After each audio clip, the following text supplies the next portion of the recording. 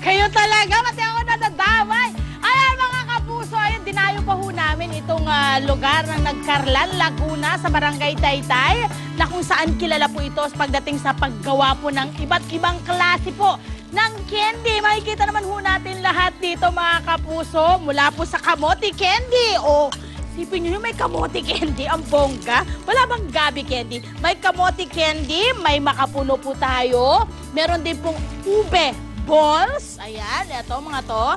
Meron din pong sampalok. Ayan, itong mga ito. At syempre yung ating pinakasikat na pastilya. Sasamay pa, ito yung pastillas natin mga kapuso. At syempre sa aking likuran, nandito yung mga gumagawa nitong mga candies na ito. 24 oras ba kayong nagtatrabaho, nanay?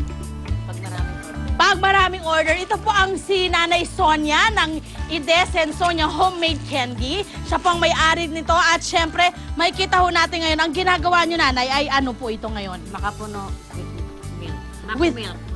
Okay, Nay, kasi diba, nabalitaan natin yung mga nangyari sa Surigao na nagkaroon ng pagkalason ang may 2,000 estudyante at katao, ano? At medyo nakakakaba naman talaga ngayon. Siyempre, paano nyo yung masisiguro para or mabibigyan ng kasiguruhan yung ating mga mamimili nitong inyong mga produkto na malinis, hindi sila dediretso ng ospital pagkatapos po nilang kumain ng candy ninyo. Ano ba yung mga ginagawa ho ninyong mga paggawa nitong candy po ninyo? Katulad ditong makapuno, kinakailangan ay fresh ang buko. Okay. Tapos ay kinakailangan hugas na hugas siya. Okay. Para lalong malinis. Yung mga powdered milk ho, kagaya nito, yung ating ube makapuno, no? Nilalagyan ho ng milk. Saan ho galing yung mga powdered milk natin? Meron ho ba tayong supplier na kumbaga trusted ho natin? Yung mga asukal natin, mga ganon? Nakakasiguro kami na yung kinukuha na namin, yung supplier namin, ay laging bago ang kanilang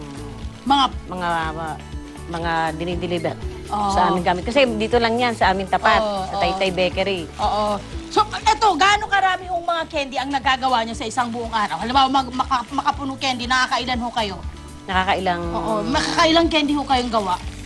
Inaabot mga 3,000 pieces. Wow, 3,000? Ito po mga produkto nila, kaya ho namin ito dinayo, no? Dahil nakakarating ho ito ng Cavite, Metro Manila, nakakarating ho ng Bataan, kung saan-saang lugar, kaya kailangan talagang malaman natin yung mga talagang supplier, no? Na nagbibigay nitong ating mga candy na ini-enjoy naman natin. Lalo na, ito nga ang maganda rito ngayong araw na to, meron kayong supplier.